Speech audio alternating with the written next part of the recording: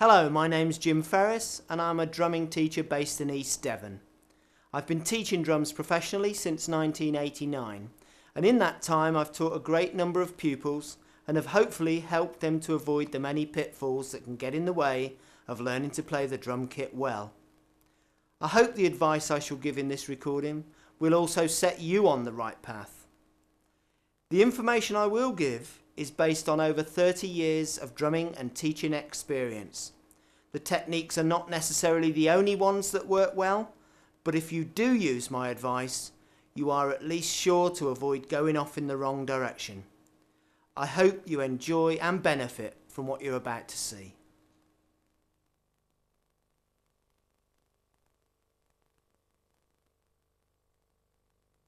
Okay, now I want to talk first of all about how the kit should be set up. Now, I'm often horrified when I see how people have set their kit. They've got them all, the things going at all sort of weird angles.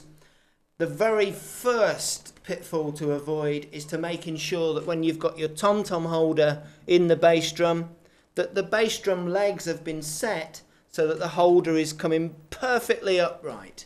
If it's going off at an angle, you're never going to get the kit set correctly. So get that perfectly upright. The hoop of the bass drum at the front should be slightly off the floor, perhaps about an inch or so, and all this adjustment comes with the legs on the bass drum. Okay, so that will lift the bass drum off the floor, and using those legs you can get the angle right so that this is perpendicular.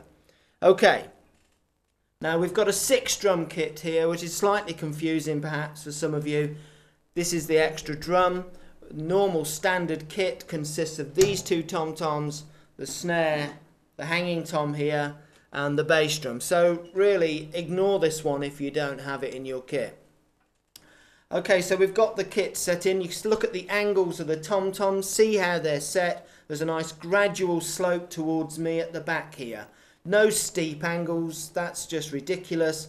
You're also going to cause a lot of damage to the head. If you think about it, if the angle of the stick is very steep to the drum because you've got the drum tip right up, you're going to cause a lot of damage to the drum heads. It should be very similar to what we've got here, so that we just get a nice attack on each drum. Okay, the snare drum is set directly behind the bass drum, and here's a very important thing: the stool directly behind the snare. Not, I'm just going to move a little, like this. So many beginners set the drums up like this so that they get their leg in straight to the bass drum. What's it done? It's turned your body to the left, so that now when you're working around the kit and the tom-toms, it's very difficult to play well over this side of the kit.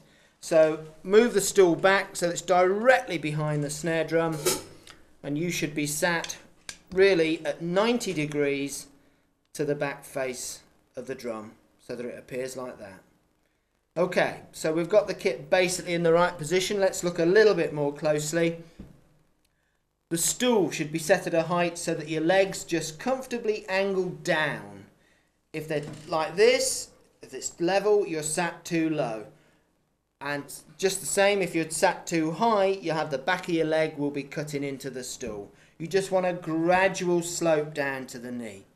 The snare drum should be higher than the stool, so that when you've got the sticks held there, your legs are not touching, the drumsticks are not touching your legs. You've just got this nice angle down to the snare, so make sure you adjust the snare adequately to clear the legs. The hi-hats then should be about 3 or 4 inches higher than the snare drum. There. And this floor tom-tom or hanging tom in this fusion kit here should be slightly lower than the snare drum and angled towards you. Okay, moving on to the crash cymbal then. It's not too high, it's not too steep, there's just a gentle angle there. And the ride cymbal over here, again, just a gentle slope towards you. Notice how the ride cymbal is nice and low. You don't play ride cymbals up here, up high.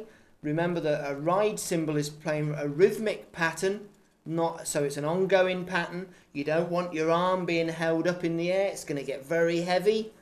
That's why we have the ride cymbal nice and low. Okay, the crash cymbal, just a nice height to be able to attack it there, so not too high. Forget what you see on the heavy metal videos and see all these outrageous setups for the kit. That's been done purely for show. We want the kit set so that it's the easiest possible position to play.